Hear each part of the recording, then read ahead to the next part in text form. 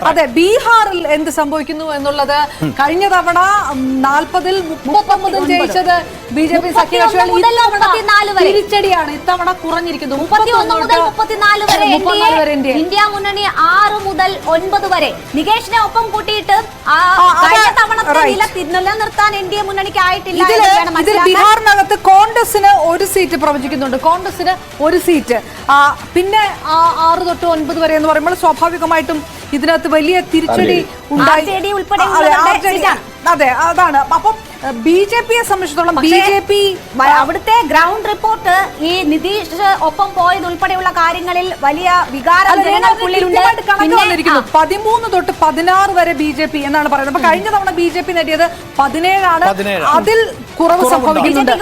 പിന്നെ എൻഡിഎ, പിന്നെ ബിജെപിയും ചേർന്നിട്ട് 31, 34. അപ്പോൾ സീറ്റ് പോയിരിക്കുന്നത് ജെഡിയുവിനാണ്. ജെഡിയുവിനെ സംബന്ധിച്ചിടത്തോളം ഒരു തിരിച്ചടി അതിനകത്ത്. ബിജെപിക്ക് ഒരു സീറ്റിന്റെ വ്യത്യാസമാണ് വരുന്നത്. 39 ജെഡിയുവിന്റെ സ്പ്ലിറ്റും കൂടി നോക്കുമോ?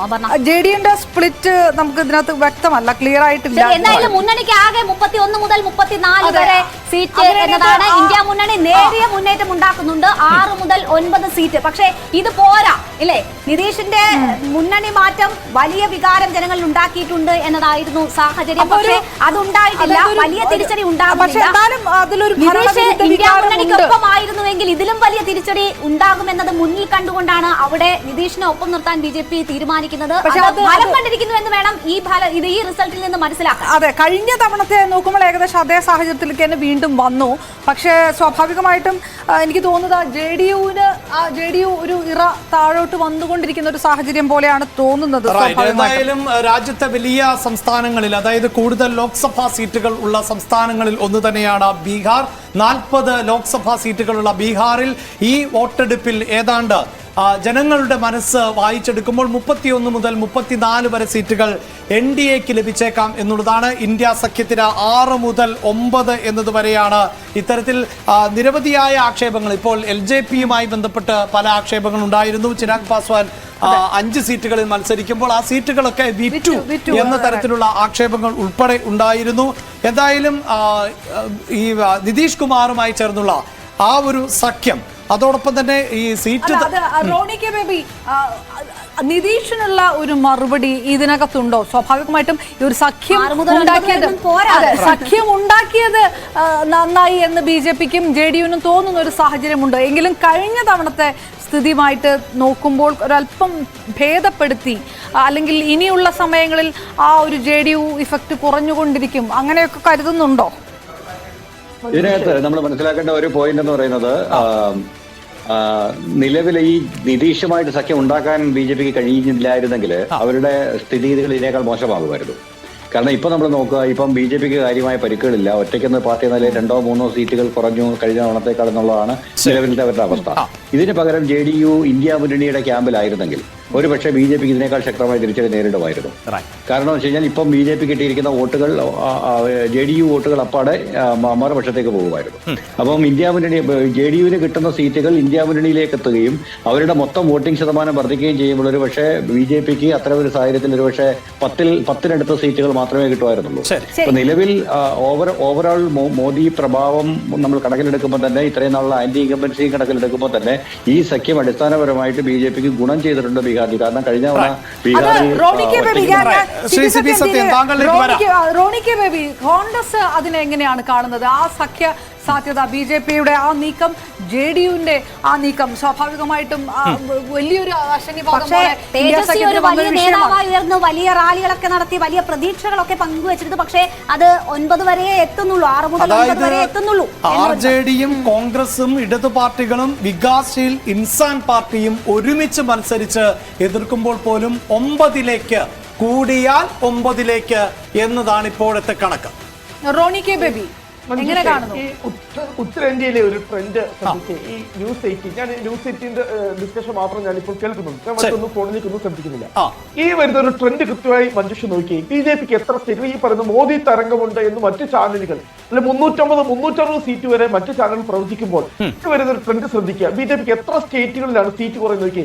രാജസ്ഥാനിൽ സീറ്റ് കുറയുന്നു, ഛത്തീസ്ഗഡിൽ സീറ്റ് കുറയുന്നു, ജാർഖണ്ഡിൽ സീറ്റ് കുറയുന്നു, ഈ പറയുന്ന ബീഹാർ സീറ്റ് കുറയുന്നു. ഒരു കാര്യം കൃത്യമായിട്ട് പറഞ്ഞു, ഏകദേശം 10 സീറ്റ്. കഴിഞ്ഞ തവണ ഒരു സീറ്റ് ഉണ്ടായിരുന്നു.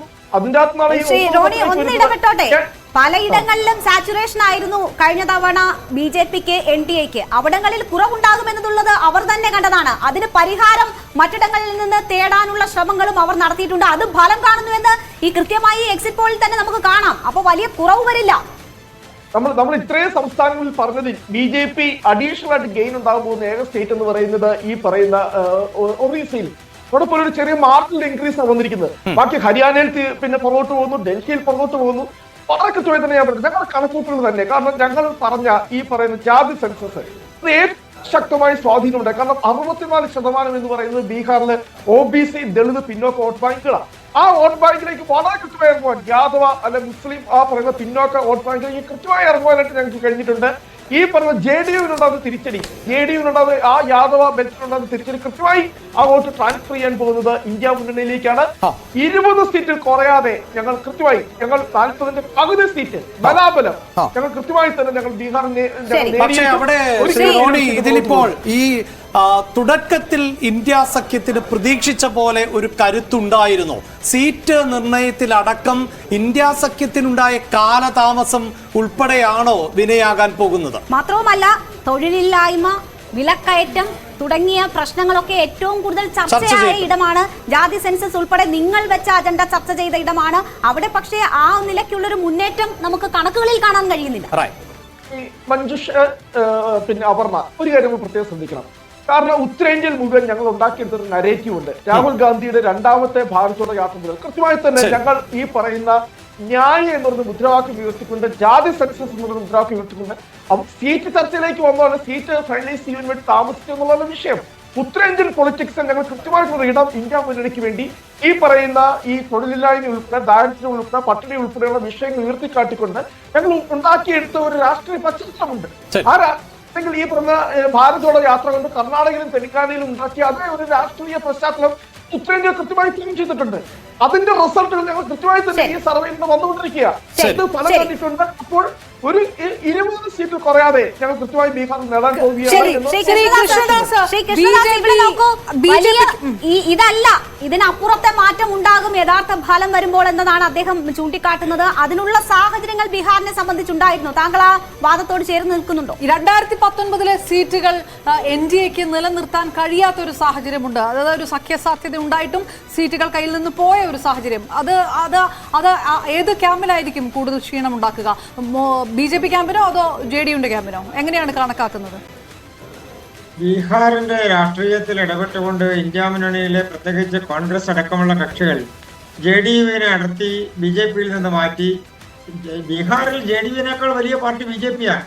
BJP-ക്കാണ് സീറ്റുകൾ കൂടുതൽ കിട്ടുന്ന പാർട്ടി. അങ്ങനെയുള്ള ഒരു സംസ്ഥാനത്ത് BJP-ക്കകത്ത്, BJP മുന്നണിക്കകത്ത്, NDA-ക്കകത്ത് പ്രശ്നങ്ങൾ ഉണ്ടാക്കി ഇന്ത്യ മുന്നണിയുടെ ഏറ്റവും പ്രധാനപ്പെട്ട നേതാവായ ശ്രീ നിതീഷ് കുമാറിനെ കൊണ്ടുപോയി സഖ്യം പ്രഖ്യാപിച്ച് ചർച്ചകൾ നടത്തി ആ തരത്തിൽ മുന്നോട്ട് പോയ ഒരു നിലവിലുള്ള സംസ്ഥാനമാണ് ബീഹാർ. ആ ബീഹാറിൽ മനപ്പായസം ഉണ്ണാൻ കോൺഗ്രസിന് എന്നുള്ളതല്ലാതെ ഈ തെരഞ്ഞെടുപ്പിൽ അതിന്റെ എല്ലാം രാഷ്ട്രീയ തിരിച്ചടി ഈ തെരഞ്ഞെടുപ്പിൽ നേരിടാൻ വേണ്ടി പോവുകയാണ്. കഴിഞ്ഞ അസംബ്ലി തെരഞ്ഞെടുപ്പിൽ RJDക്ക് ഒരു മുന്നേറ്റം ഉണ്ടായിരുന്നു.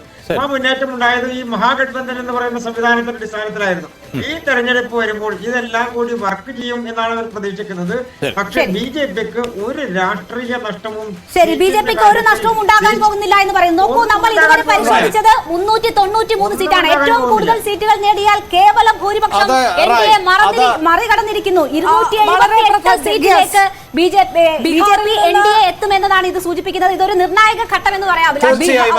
ഏറ്റവും കൂടുതൽ